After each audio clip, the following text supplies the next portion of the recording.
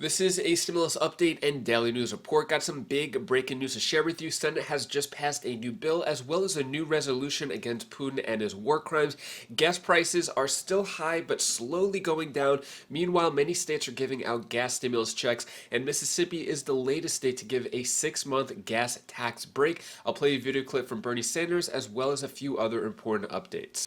Hope you're having a wonderful Wednesday. If you appreciate the fact-based, fast-paced updates, hit the like button down below. And we are back in Myrtle Beach. It was a journey getting back. Sorry I missed the last few days. I will be on my regular routine schedule from now on, but we had a great time in Colorado. Thanks for all your support and sticking with me. So let's get into it. So Senate passes resolution supporting Putin war crime probe. So what's going on here is yesterday, Tuesday, the Senate passed on a non-binding resolution supporting a war crime investigation into Russian President Vladimir Putin for his invasion of Ukraine.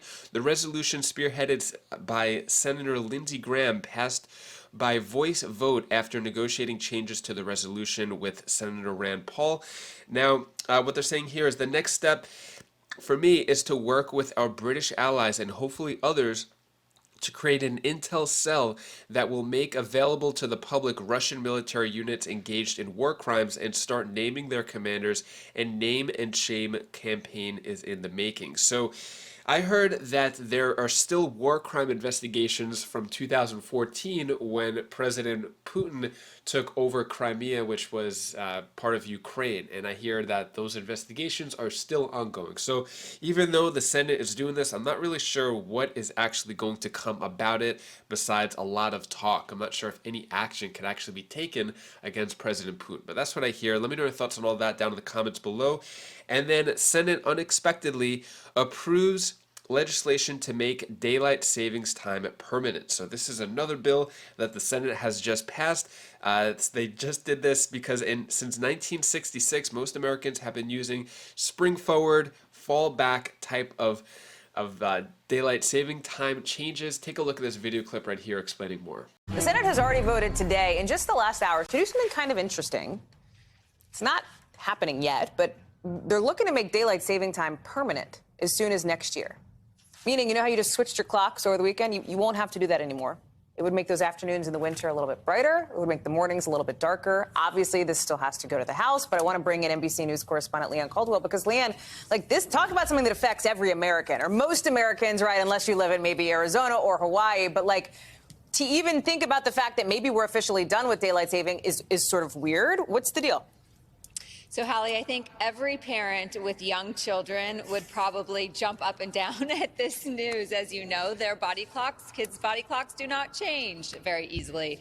But yes, so the Senate just passed by unanimous consent. There was no vote, and that means all 100 senators agreed, which is also very rare in the Senate, to keep daylight savings time. This is something that is bipartisan. It has 17 co-sponsors, Republicans and Democrats, and the top Republicans in the Senate, they were gaggling with reporters when this actually happened on the Senate floor. So Senator John Thune, the number 2 who is responsible for counting Republican votes, had no idea this happened, and he was even shocked that it passed. But he said it's something that pretty much everyone agrees with.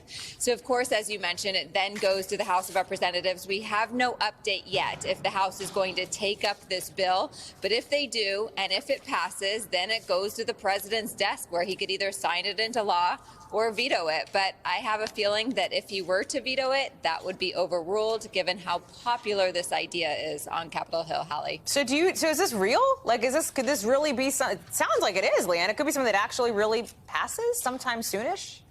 It could. It's something that every daylight savings time, every time the clock is about to shift, there's members of Congress, Republicans and Democrats, House members, senators, who come to the floor and rail about the time change. They bring up legislation. This is something that happens every year, twice a year.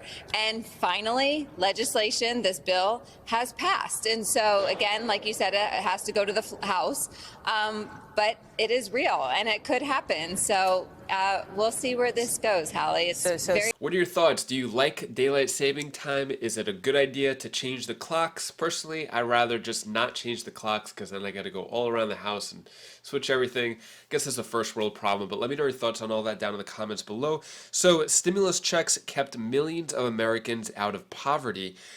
Stimulus checks are starting to become more popular now. We're starting to see more calls for stimulus checks, more specifically related to gas. But I'll go over this. So 10.8 million reasons why stimulus checks are popular. So just 2 stimulus efforts alone were able to collectively keep 10.8 million people above the poverty level. And these 2 efforts would be easy to replicate for lawmakers who wish to reduce economic struggles that many are continuing to face. So let me know down in the comments below, should there be more general stimulus checks for everybody? Should it be more targeted to low income and fixed income? Let me know your thoughts on that. So Mark Wolf, Executive Director at the National Energy Assistance Directors Association, also known as NEADA, is pressing the government for $1,100 stimulus checks, saying that the administration should ask Congress to authorize a payment of $1,100 per household to pay for 4 months of higher prices going forward, and provide an option for the president to provide a second or even third check to low and moderate income families for an additional 4 months in the event prices remain high. Let me know your thoughts on that. What do you think about this plan, $1,100? And then if the prices are continuing to stay high, give out a third or fourth stimulus check, or second or third, fourth stimulus check, depending on if the prices are still high. Is this a good idea, bad idea? Let me know what you think about this $1,100 check plan. Also, when it comes to gas prices, we're seeing a lot more tax breaks for gas vouchers, gas stimulus checks. So high gas prices prompt calls for tax breaks, stimulus checks. Now, I saw a lot of your comments saying, what if you don't buy gas? Do you still benefit from these gas stimulus checks? At the moment, it's still kind of a proposal. They're putting things out there. Here is Bernie Sanders talking more about this, as well as the gas prices and other things. Take a look at this. Oh my God. Oh my God. When we talk about high gas prices, it is important also to be talking about the fact that the largest oil companies in this country today are enjoying record-breaking profits. It's $100 and it's not even a full tank. Gas prices soaring to the highest average ever recorded. Whether it's Mobil, Exxon, whether it's BP, whether it's Shell, whether it's ConocoPhillips, we're looking at incredible profits at the same time as working people are being forced to shell out more and more just to get to work. It's definitely some pain at the pump. I just filled up right now, and it cost me $50 versus normally it costing me $30. At a time when oil profits are at a record-breaking level, it is appropriate for the government to impose a windfall profits tax. Prices at this Shell station in Los Angeles hitting nearly $7. And prices could soon soar even higher. Move our country in a more energy efficient way and break our dependency on Middle East oil and fossil fuels. Whether you are behind the wheel or not, gas prices are hurting our wallets. We have seen prices surge nearly 49 cents just in the past week or so. So let's put all of this into perspective to better understand it. Today, AAA says the average price for a gallon of regular gas is $4.33 a gallon. So let's say that your car's fuel tank holds 15 gallons. That's $65 for a full tank of gas. Pay those prices over the course of a year and it will cost more than $3,300 if you fill up just once a week. So we would pay $1,170 more this year compared to what we paid just 1 year ago. It's very expensive. It's like an extra $200 a month just for my car. They're ridiculous. And I've been across the country, so I know that the gas prices, in other states are a lot lower. I had to take the metro because, it's really high. $6 is really impact me. Every time gas prices go up just 10 cents a gallon, you would pay $78 more over the course of a year. Now, if the average price of gas hits $5, it will cost you $75 each time you fill up that tank. And you'll spend an extra $500 in a year compared to what the national average is right now. So there are plenty of drivers who are already feeling that pain. Gas stations on both coasts are seeing prices well above $5 a gallon. And if gas jumps to $6 a gallon across the country, watch out, that is $90 a fill up, which works out to an extra $1,300 more a year from what we are paying now. So this week, oil prices eased slightly, dropping 5.5%. It's the biggest drop since late November, but the prices are still elevated. Bob McNally joins me now. He is the president of Rapid Energy Group to learn more about this. Hi, Bob. Good to see you. So the United States is already the world's top producer of crude oil, but the U.S. is also the world's biggest consumer of it. So the question on so many people's minds right now, why can't the U.S. just drill for more oil? Pamela, good to be with you. You know, we're learning the hard way this very difficult winter that being a big producer and able to drill more in the future, which we can if we get things right, it doesn't really affect the price of crude oil. And the price of crude oil is what drives the gasoline price in your local station and my local station, because the price of crude oil depends on demand and supply all over the world. So when President Putin decides to attack Ukraine, and suddenly we have to look at the prospect of sanctioning the Russian exports of oil to the world, and Russia's the biggest oil exporter to the world, that's a problem that's bigger than the U.S. production capability can solve, unfortunately, in the short term. So as long as we have this risk that Russia's oil may be sanctioned, we've got a problem that's bigger than even the valiant U.S. oil producers can solve. So then, in your opinion, how high could gas prices go? I mean, are we talking $6 a gallon, $7? What do you expect? Well, we expect gasoline prices will continue rising until one of two things happens.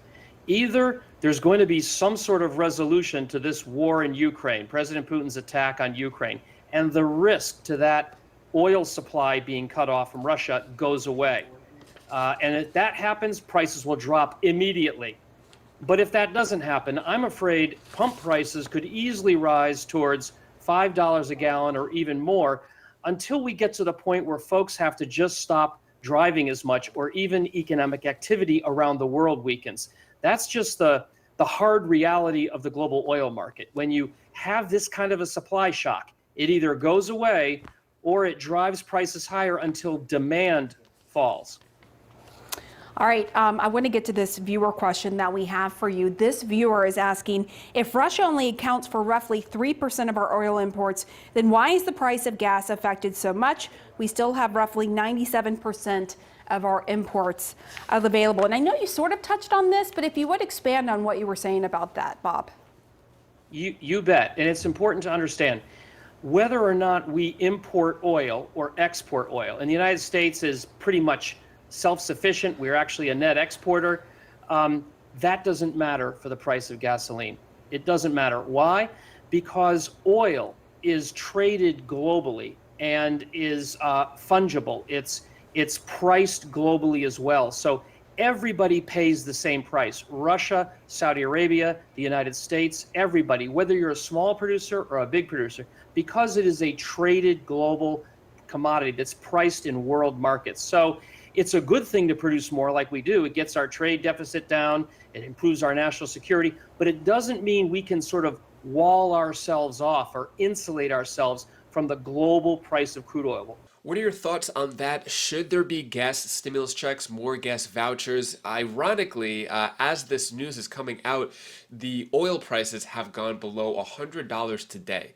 It's a volatile market. We'll see what happens. Maybe as soon as all the news came out that the Democrats are trying to go after big oil profits, maybe somehow that changed the price to go down below $100 a barrel. We'll see what happens with that, but we're still seeing a lot of legislation come out. For example, Mississippi weighs suspending state gas tax for 6 months. What this means is Mississippi's current gas tax, which goes to the state's Department of Transportation, currently is 18.4 cents per gallon. But Hoseman proposes giving the department $250 million from a capital expense fund to make up for temporary loss. So basically, you would if you're in Mississippi for 6 months, you would save 18.4 cents per gallon. Let me know down in the comments below, is that enough?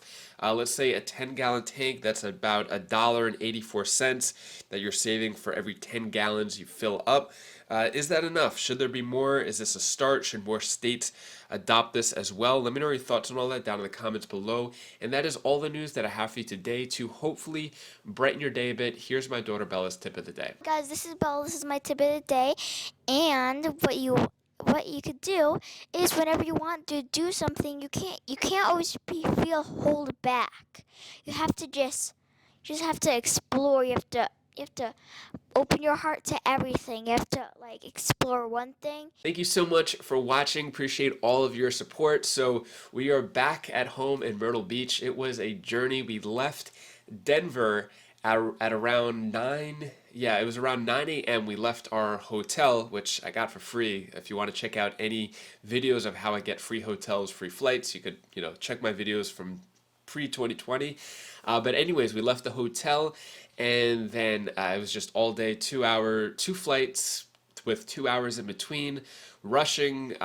Clay had a few meltdowns, but everything worked out, and we're back in Myrtle Beach. Anyways, if you want to check out my latest videos, my other channels, you could click up here, and I'll see you in the next video. Take care, be safe. Thank you for watching.